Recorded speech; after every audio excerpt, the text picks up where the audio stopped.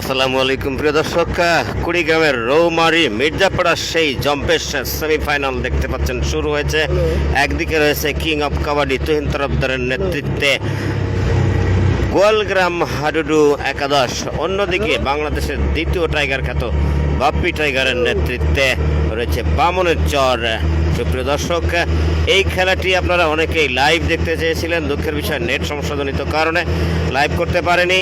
তার থেকে আরও দুঃখের বিষয়, খেলাটি 13 মিনিট হওয়ার পরে স্থগিত হয়ে যায়। গ্যালারিতে প্রচণ্ড রকমের গণ্ডগোল সৃষ্টি হওয়ার কারণে খেলাটি বন্ধ হয়ে যায় এবং পরবর্তীতে খেলা স্থগিত ঘোষণা করে।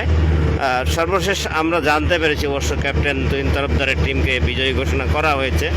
তো প্রিয় দর্শক, খেলাটি আসলে কেমন হলো শুরু থেকে শেষ পর্যন্ত না দেখলে বুঝতেই পারবেন না।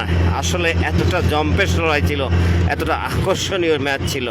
তো সেভাবেই আপনারা দেখতে থাকুন শুরু থেকে শেষ পর্যন্ত।